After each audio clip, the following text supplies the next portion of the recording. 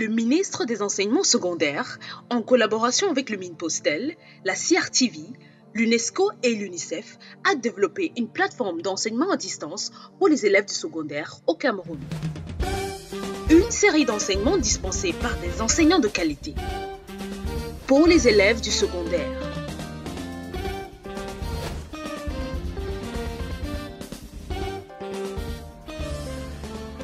Apprendre n'a jamais été aussi simple avec l'enseignement à distance. Une initiative du ministère des Enseignements secondaires sous la supervision du professeur Pauline Nalova-Lyonga en collaboration avec le ministre des Postes et Télécommunications, la CRTV, l'UNESCO et l'UNICEF. Nous introduisons l'enseignement à distance comme une autre méthode d'enseignement et d'apprentissage qui diffère du cadre de classe traditionnel auquel vous êtes tous habitués. Dans le mode d'enseignement à distance, vous n'êtes pas avec l'enseignant en personne, alors prenez votre temps, détendez-vous, écoutez l'enseignant, prenez des notes et visitez les liens suivants pour toute question ou réponse à vos préoccupations. Allez-y à votre rythme.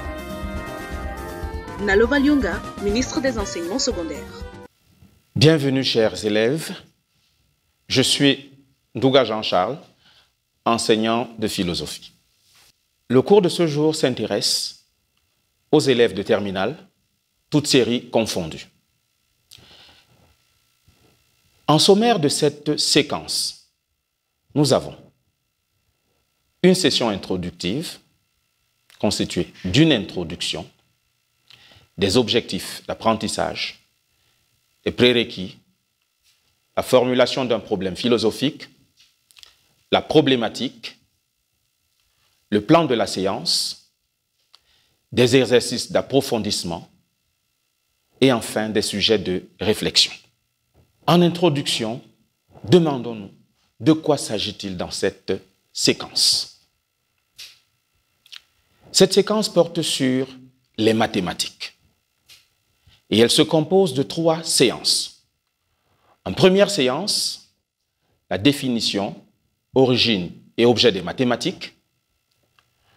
En deuxième séance, la méthode des mathématiques. Et en troisième séance, la valeur des mathématiques. La séance du jour porte sur la méthode des mathématiques. Quel est l'objectif que nous poursuivons au cours de cette séance? Qu'est-ce que tu seras capable de faire à la fin de cette séance? Il faudra que tu sois capable de déterminer la méthode des mathématiques. Naturellement, pour que nous y parvenions, il est important, toi et moi, qu'on vérifie un certain nombre de connaissances. Et pour ce faire, nous allons ensemble répondre à certaines questions. D'abord, je vais te demander de définir les mathématiques. Définis les mathématiques. Je sais que tu as la réponse, et la bonne surtout. Les mathématiques sont un ensemble de sciences logico-formelles ayant pour objet le nombre, l'étendue, l'ordre et la quantité. Deuxième question. Donne-nous 3 thèses sur l'origine des mathématiques. 3 thèses sur l'origine des mathématiques. Je sais également que tu as la bonne réponse. Tu vas me dire qu'il y a 3 thèses. La thèse des empiristes qui nous disent que les mathématiques sont d'origine égyptienne et qu'il s'agit des objets concrets issus de l'expérience quotidienne. Et ensuite la thèse des idéalistes qui parlent de l'origine grecque des mathématiques. Et les idéalistes pensent donc que les êtres mathématiques sont de pures idéalités. Enfin, il y a les rationalistes qui, se focalisant sur le caractère dynamique des mathématiques, vont comprendre qu'il s'agit des objets rationnels de nature opératoire. Formulons donc ensemble notre problème philosophique. La méthode des mathématiques, leur procédé, le chemin Quelles empreintes pour parvenir à la vérité? Voilà ce qui va nous intéresser dans le cadre de cette séance. Mais quand on dit méthode, rappelons que ça vient de méthodos, qui signifie chemin. Vous voyez, on parle de chemin, on parle de procédé. Les mathématiques empruntent un chemin, un procédé pour parvenir à la vérité. Quel est ce chemin? Quel est ce procédé? D'où la raison d'être de notre problématique pour dérouler notre problème philosophique. Quelle est la méthode des mathématiques? Je pouvais encore dire, quel est le procédé emprunté par les mathématiques pour parvenir à la vérité? Le plan de notre séance pour dérouler donc notre problématique. Nous allons parler au cours de cette séance de la méthode mathématique qui est hypothético-déductive. Nous allons parler des définitions, des postulats et enfin des actions. La méthode des mathématiques. D'entrée de jeu, disons qu'elle est hypothético-déductive. Hypothético, ça vient de hypothèse. On comprend donc qu'au départ d'un raisonnement mathématique, il y a une hypothèse. Déductive, déduction. De cette hypothèse, on déduit les autres vérités. Voilà pourquoi elle est donc dite hypothético-déductive. Ce que nous confirme le mathématicien Jean Dieudonné. Il définit la méthode mathématique comme un enchaînement de propositions disposées de telle sorte que le lecteur ou auditeur se voit contraint de considérer comme vraie chacune d'elles dès lors qu'il a admis la vérité de celles qui précèdent. Celles qui précèdent sont des hypothèses. Et dès lors qu'on a admis la vérité de celles qui précèdent, on déduit les autres vérités. Voilà pourquoi la méthode mathématique est donc dite hypothético-déductive. Alors, nous disions, au départ de ce raisonnement, nous avons hypothético-hypothèses, et ces hypothèses peuvent être des définitions. Qu'est-ce qu'on entend par définition mathématique? Les définitions mathématiques sont des règles opératoires qui donnent naissance aux êtres mathématiques. Qui donnent naissance. Pourquoi? Parce que les définitions mathématiques sont a priori. Au contraire des définitions empiriques qui décrivent les faits, en mathématiques, c'est la définition qui crée l'être mathématique. Le mathématicien est donc un créateur des êtres. Ainsi, par exemple, lorsque je parle du cercle, c'est une définition, un être mathématique. Je vais définir le cercle comme un point mobile qui se déplace autour d'un autre point qui lui est fixe, mais toujours et à égale distance. La figure qui est issue de ce mouvement du point mobile s'appelle un cercle.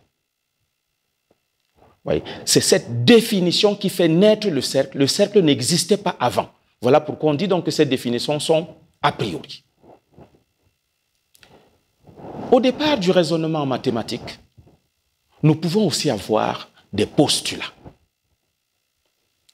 Qu'est-ce qu'on entend par postulat? Ça vient du latin postulare, qui veut dire demander. Il s'agit des propositions non démontrées et indémontrables, mais qui sont nécessaires pour une démonstration logique. Ces propositions, on les pose donc au départ du raisonnement. Et le mathématicien ne les démontre pas. Elles sont indémontrables. Exemple de postulat. Nous avons le postulat d'Euclide. Euclide nous dit ceci. Par un point situé en dehors d'une droite, il ne peut passer qu'une et une seule parallèle.